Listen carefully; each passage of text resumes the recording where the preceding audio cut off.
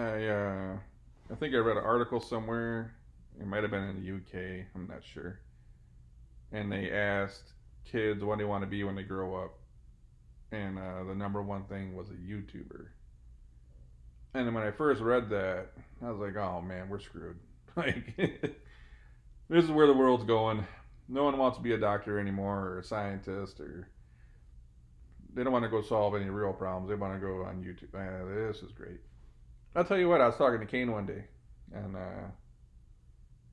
one of the other shows we do if you tune into this channel, and it kind of hit me that I've been talking to a lot of business owners. Well, I mean, I always do, just a little bit more than normal lately. There's a lot of drama going on in hiring in the hospitality industry, and just hearing a lot of stories and people having to shut down their restaurants. It's a lot of drama, and it just hit me right in the middle of a conversation talking to Kane that man, these kids got it figured out.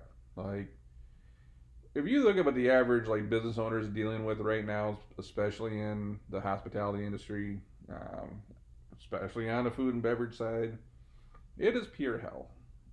If you run any kind of business that somewhat survives off the not even the minimum wage folks, right? The $15 an hour type of folks, um, who a lot of people aren't working right now, and you're trying to survive.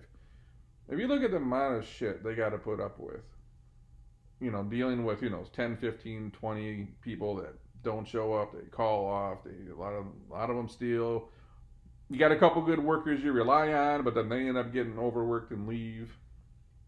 And it's like, and YouTube kids got it right. Like they can sit in their house or their studio or wherever and just make a bunch of money and not have to employ a bunch of people that keep calling off to work from work every day, and they're constantly trying to like keep the business alive because now with inflation those wages are like $18 an hour, but you got to charge more, and then your customers don't want to pay more. It's like, or you go to college, you got to spend $100,000 to get a degree, and then you get out, and then no one wants to hire you. It's like, yeah, I mean, they got it down cold, right?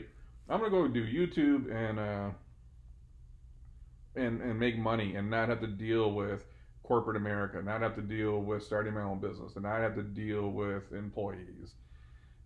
Imagine sitting from your house making a couple $100,000 a year just talking on a video. Yeah, you blame them at this point? So it's just the world's getting so difficult to operate in. You understand why some of these things become sexy. It's there ain't nothing sexy about having $100,000 in school loan and you can only get like a $40,000 a year job somewhere. You're probably doing something you don't even want to do, which is still better than no job, in my opinion. But man, you see why they say, okay, I want to be a YouTuber.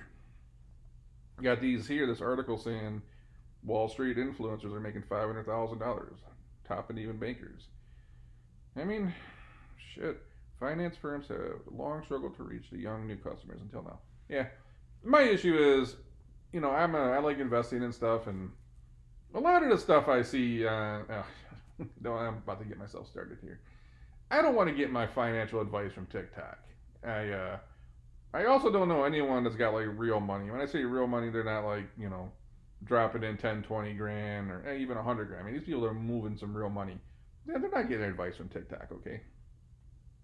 They're not getting their advice from someone on YouTube. They're either savvy investors themselves or they got someone managing their money. Um, and the thing is, like, a lot of the TikTok stuff's blowing up right now, and a lot of the YouTube stuff's blowing up right now because the market went crazy. And what we learned is everyone looks like a genius when there's a massive bull market going on. Now, when this shit crashes, whenever that is, and it will always crash, we just don't know when. Is it 2 weeks from now, 5 years from now? Then you start to see, who knows what they're talking about.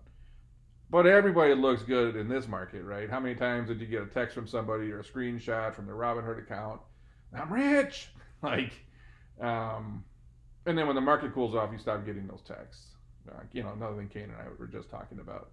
So it's easy to do the YouTube videos and the series, and it's easy to do the TikTok stuff and give your like cool advice on your Instagram meme about investing and all that stuff. But I do see like a disconnect from the people that I know have real wealth. Kind of what you see on the internet.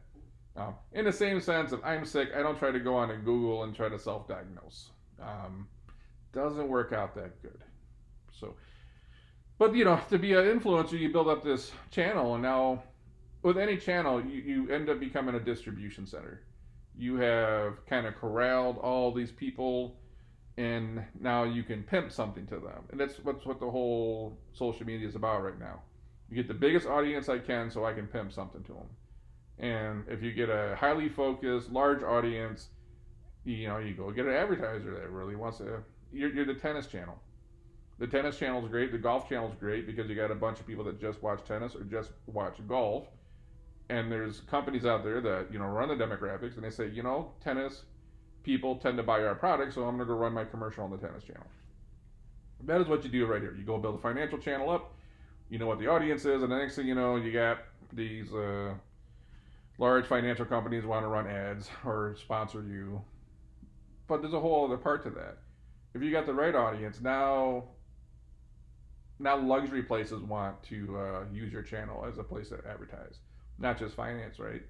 You can see where if you have a large channel around options, and not everyone trades options. A certain kind of people trade options, and they're not all wealthy. But if you're trading options, and someone Rolex might come along and say, okay, if you're trading options and you're a little bit slightly more sophisticated of an investor, these people are probably the ones that can afford a Rolex or are about to buy their first Rolex.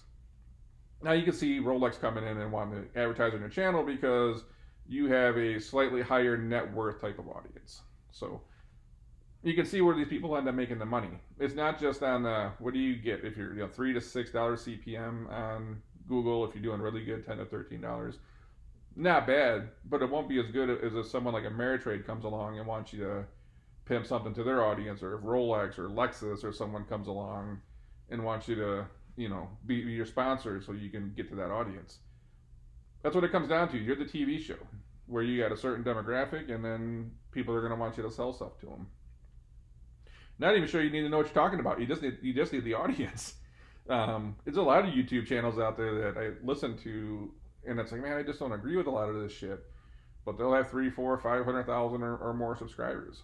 So it just comes down to it's the subscribers, and the view count is what matters. You can have 200,000 subscribers, but if every video is getting 1.5 million views, that's what matters.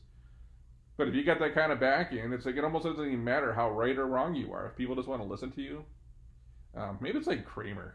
Like, I don't even watch Kramer, but I've heard quite a few people say like you would be better off just shorting everything that Kramer said to go long. And maybe that's true. I don't know.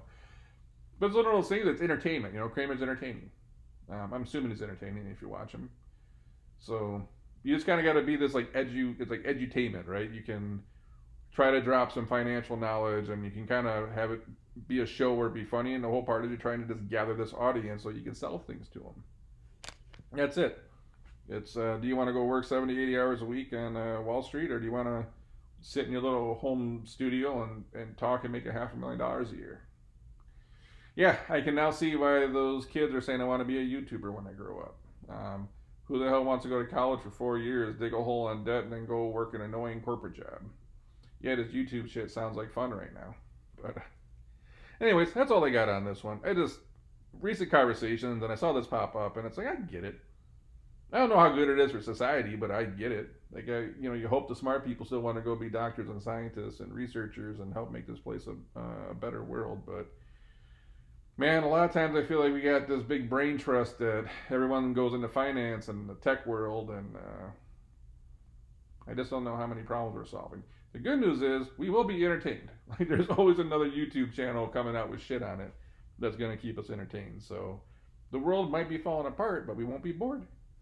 So if you got an article you want me to cover, send me a link or a topic on my Instagram. Hit me up in a DM at I'm JamesPhilip313, and I'll try to get you featured on the show.